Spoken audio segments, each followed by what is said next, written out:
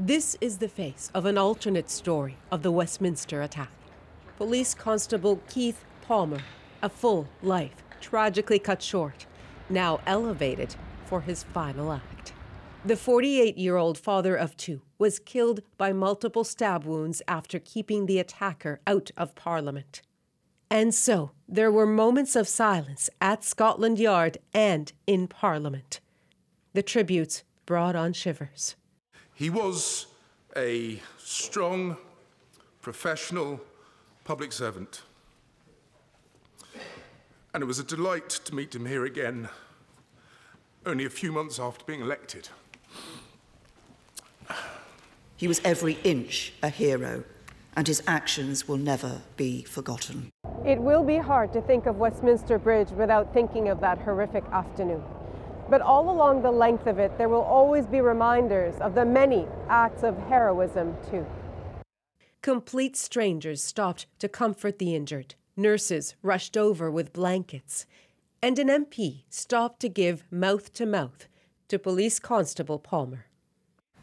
We will remember the extraordinary efforts to save the life of PC Keith Palmer, including those by my right honourable friend, the member for Bournemouth East. Devastating for the junior foreign minister, whose brother was killed in the Bali bombings in 2002.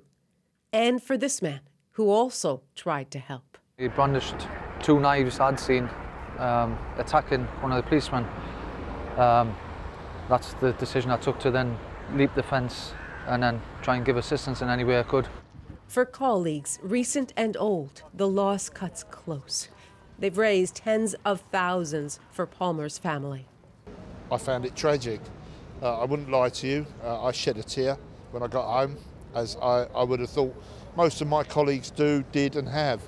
Both men, both former soldiers, had tried to save lives that day.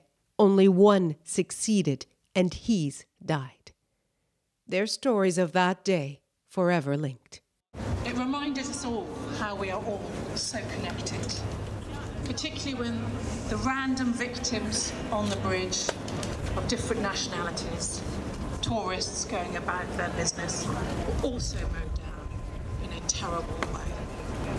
But they will not win. For Palmer, the story has the same tragic ending, but it is seared in Westminster's memory. Nala Ayed, CBC News, London.